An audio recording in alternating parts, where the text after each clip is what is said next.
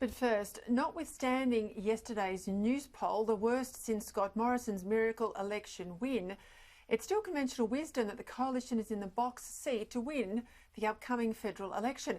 And looking at Anthony Albanese's Green Left Labor Party, I suspect that's what you and I, most of us anyway, would like to believe. Whatever the government's faults, it's better than the alternative. A fact of political life, though, is that the mood can change fast.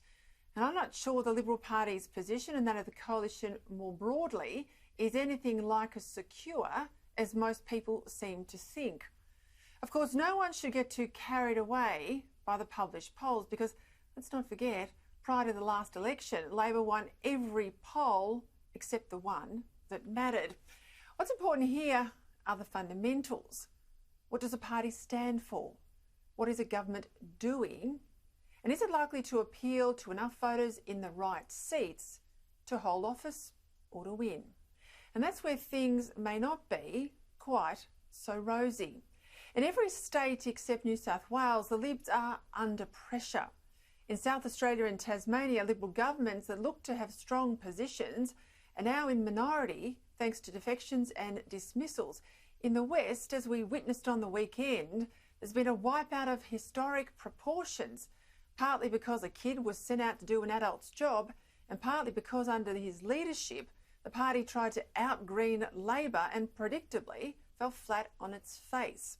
With only 2, maybe 3 Libs tops in the WA Parliament and a party machine hit hard by the loss, this lack of incumbent seats at a state level and, of course, party morale is really going to hurt Scott Morrison when it comes his turn to face the voters in WA. In Victoria, well, the Liberal opposition are making no inroads against Labor because they've found it nigh on impossible to land a blow on Daniel Andrews. It's in part because they fear Andrews. They fear him to the point that it's paralysed their judgment and their fight. They don't think they can beat him, and so it becomes a self-fulfilling prophecy.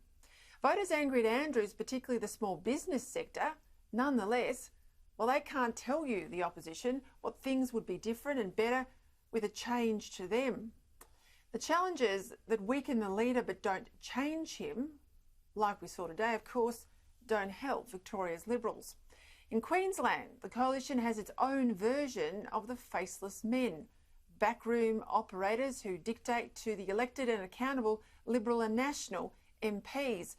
They cosy up to opponents like billionaire Clive Palmer and undermine leaders at whim if they don't toe the line. Is it any wonder, even with her scandal-prone budget blowout sort of government, Anastasia Palaszczuk managed to survive? Even in New South Wales, where Gladys Berejiklian has been the standout premier when it comes to suppressing the pandemic and keeping the economy open, there are rogue left-wing ministers clearly at odds with the federal government on energy and climate policy. It's the current conventional wisdom from many commentators that the pandemic is good for incumbents. But I think it'll turn out to be better for the premiers, Labor premiers in particular, than for the Prime Minister.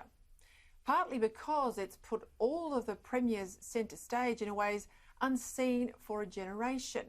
And partly because giving orders and spending your money just comes a little bit more easy to Labor governments than Liberal ones, particularly when the cheques are signed by Canberra and not them. While the PM might well be besting the opposition leader in the preferred PM stakes, it's now a minority government in Canberra facing an adverse redistribution that will probably have to win seats just to survive. It's not just that the party of fiscal responsibility and personal freedom has presided over the biggest peacetime spending spree in history and the most draconian restrictions ever, all pretty much unavoidable in a pandemic. It's that these decisions have not helped us forget where we are today. Look beyond COVID issues, where the political strategist in me starts to get a bit nervous right now when you look at the ordinary business of government. It's hard to see where the difference is between the Liberal National Coalition, what they stand for, and Labor.